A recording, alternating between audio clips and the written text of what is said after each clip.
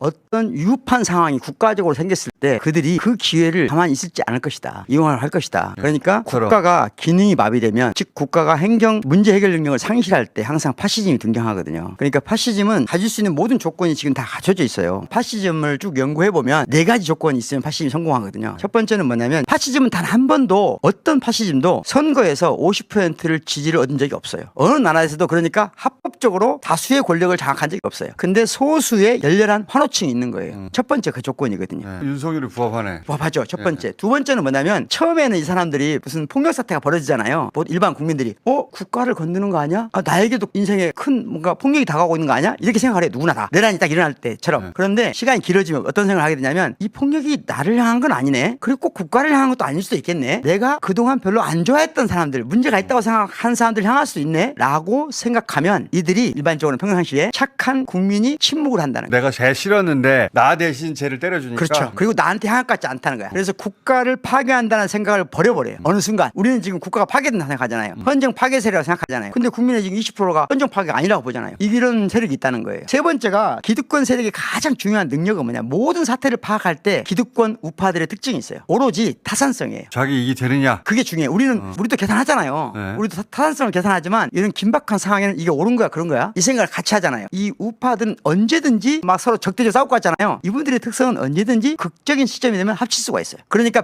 기득권 계층의 협조가 있어야 됩니다. 열성적인 소수, 그리고 어느 순간 이건 나한테 유리할 수도 있겠는데. 이 폭력이 침묵하는 일본의 침묵하는 사람들, 그리고 기득권 일부 중에 이거 나한테 유리하게 작동하는 거 일부가 아니에요. 굉장히 많죠. 지금 저는 주기현이나 모든 사건들은 이 기득권층이 파시즘에 협력하는 거라고 보거든요. 기본적으로는. 그리고 마지막 하나가 법과 제도가 개기능을 못하면 이제 파시즘 국가가 되는 거거든요. 법과 제도가 파시즘이 준동하지 못하게 우리는 막고 있는데 이것까지 무너지면 파시즘이 준동하는 것이다. 어떻게 무너지냐면 예를 들면 히틀러가 집권하고 나서 다수파가 아니란 말이에요. 네. 그러니까 아직 다수의 권력을 가지고 있지 않았는데 어떻게 하냐면 우리로 말하면 국회의사당을 누군가 불을 질러요. 불을 지르죠. 그걸 공산당이 했다고 말합니다. 그래서 그때부터 쉽게 말하면 자기가 모든 권한을 갖는 방식으로 이 사건을 처리해요. 저는 윤석열이가 그렇게 영리한 사람이라고 생각하지는 않아요. 다만 그들이 그 지점에서 어느 순간 협력할 수 있다. 다시 말하면 그게 가장 폭발점이 되는 것이 이재명 대표에 대한 테러를 하잖아요. 그럼 누가 보기에도 저들이 했던 것처럼 우리는 생각할 수 있잖아. 저들은 그렇게 안 합니다. 저걸 엉뚱한 세력이 테러를 했다고 만들어내는 겁니다. 북한이 했다든가 그렇죠. 뭐 중국이 했다든가. 그 시점에 나라가 뒤집히는 거예요. 그게 아직 남아있다는 걸 저는 누구나 합리적인 생각으로 설마 그러겠어? 하지만 저희가 역사를 공부해보면 어떤 게 있냐면요. 악마들은 지치질 않아요. 지금 대한민국의 건강한 사람들이 심리적으로 육체적으로 많이 붕괴돼서 밸런스를 잃었어요. 그래서 우선은 첫 번째는 일단 좀 밸런스를 되찾자. 체력 보강 좀 하고 마음이 여유를 갖고 우리가 절실해지잖아요. 근데 몸이 건강하지 않아. 그럼 어떤 경향이 생기자면 너무 예민해지다 보니까 작은 차이에 대해서 용서가 잘 안 돼요. 내부의 적에 대한 적개심이 생겨요. 작은 차이로. 이러면 맞습니다. 모든 걸 그르친다. 악마는 지치지 않는다. 이 파시즘이 아직 끝난 게 아니다. 그런 맥락에서 가장 비관적인 전망을 말씀드렸어요. 그런데 막상 광장에 나가고 일상을 살 때는 낙관적이어야 됩니다. 이론적 비관주의, 실천적 낙관주의. 저들이 윤석열 이전부터 그런 징조가 있었는데 정치를 사고파했단 말이에요. 그쵸. 그래서 가장 큰 혜택을 본 사람이 누구냐? 법관들이 또는 검사들이에요. 법조인들이에요. 그래서 어떻게 됐냐? 정치가 사고파되면서 정치인들 중에 가장 정치인으로 많이 진입한 게 법조인들입니다. 그리고 지금은 능력주의가 법 기술자들이 세상을 지배하는 세상으로 점점 가고 있어요. 그게 냉정하게 말하면 여야가 크게 다르지 않다. 자, 그런데 이게 문제가 뭐냐면 법조인으로 살다 보면 두 가지 특성이 있거든요. 첫 번째는 뭐냐면 법이라고 하는 게 가장 중요한 특징이 내적 정합성이에요. 앞뒤가 맞으면 다 맞는 거. 현실하고 소통합니까? 안 합니까? 안 해요. 그러니까 법관으로 법적 전문가로 쭉 살다 보면 세상과의 교통을 잃어버려요. 특히 이건 대륙법의 특징입니다. 영미법은 그렇지 않아요. 대륙법 체계에 성장한 일본, 우리 독일 법관들의 가장 중요한 특징은 현실과의 교감 능력이 없어요. 그러니까 어느 순간 현실적으로는 중고등학생 수준에 있는 경우가 많습니다. 그러니까 논리도 정확성만 따지죠. 그런데 이분들이 갖는 유일한 인간적 관계가 뭐냐면 동료예요. 동료에 대한 지나친 신뢰가 있습니다. 그리고 인간적인 문제로 지금 사태를 봐요. 그분들은 어떻게 생각하냐면 내가 이제 검사잖아. 조직 생활을 하게 되는 검사, 그리고 판사. 그 세계 안에 갇혀 있잖아요. 이게 중요한 게 모든 파시즘에 이 법관들이나 행정 전문가들이 쉽게 동조합니다. 파시스트에게는 법조인들 만만먹이에요. 가장 만만합니다. 네. 왜? 이들은 현실과의 교감 능력이 떨어져요. 자기들끼리 우정밖에 없어요. 현실은.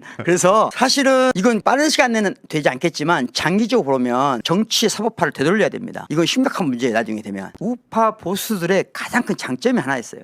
이익이 맞으면 언제든지 같이 한다는 거예요. 근데 지금은 이익이 안 맞아. 이익이 잘 안 누가 맞아요. 그 이익을 맞춰줄 사람이 네. 없어요. 그래서 히틀러가 처음에 등장할 때 뮌헨에서 구테타를 일으킵니다. 근데 구테타를 일으켰다 실패를 해요. 감옥을 살아야 되는데 5년형밖에 안 받습니다. 그런데 성실하게 근무했다가 9개월 만에 풀려나요. 그때 히틀러가 느낀 거예요. 아, 이렇게 하면 안 되네. 어떻게 하지? 그러면 저 젊은 층들과 국가 권력을 장악해야 되겠다. 합법적으로. 이런 꿈을 꿉니다. 그러면서 본격적으로 파시즘 정당이 시작돼요. 나는 지금 이 나라에 파시즘 정당의 숙주가 되려는 일군의 젊은이들이 있다고 생각합니다. 처음에 히틀러가 그 정당을 만들고 1%로 10년을 보냅니다. 그들은 기본적으로 폭력을 쓰지 않아야 된다는 대한민국 모두의 합의사항을 지키지 않는 세력이라고 생각해봐요. 1~2% 지지를 받는데 그러면 그게 언제든지 국가가 행위 능력을 상실하고 문제 기능을 상실하면 급격하게 성장할 수 있다. 따라서 지금 싹을 제거하는데 굉장히 노력을 해야 된다. 재판을 오래 끌고 밖에 있잖아요. 그럼 우리가 상상하지 않은 방식으로 무럭무럭 아메바처럼 잘할 그렇죠. 거예요. 나이브하게 재판부가 잘할 거라고 생각하고 있으면 안 돼요. 이제 끝났다고 생각하는 아직 이해 분들이 못하는 많아요. 분 많아, 너무 많아요. 네. 끝난 거 아닌가? 이제 저절로 다 순리대로 굴러갈 거 아닌가? 그렇지 않아요. 저절로 되지 않습니다. 그랬으면은 친일파가 청산됐어야 하는 거죠. 80년대 서울의 봄이 성공했어야 하는 거죠. 87년에 노태우가 당선되지 말았어야 하는 거죠. 매번 돌아오는데 성공했었어요. 이번에 다 역사에 순리고 다 끝났어. 이렇게 생각하면 안 된다는 거죠. 그래서 악마는 지치지 않는다.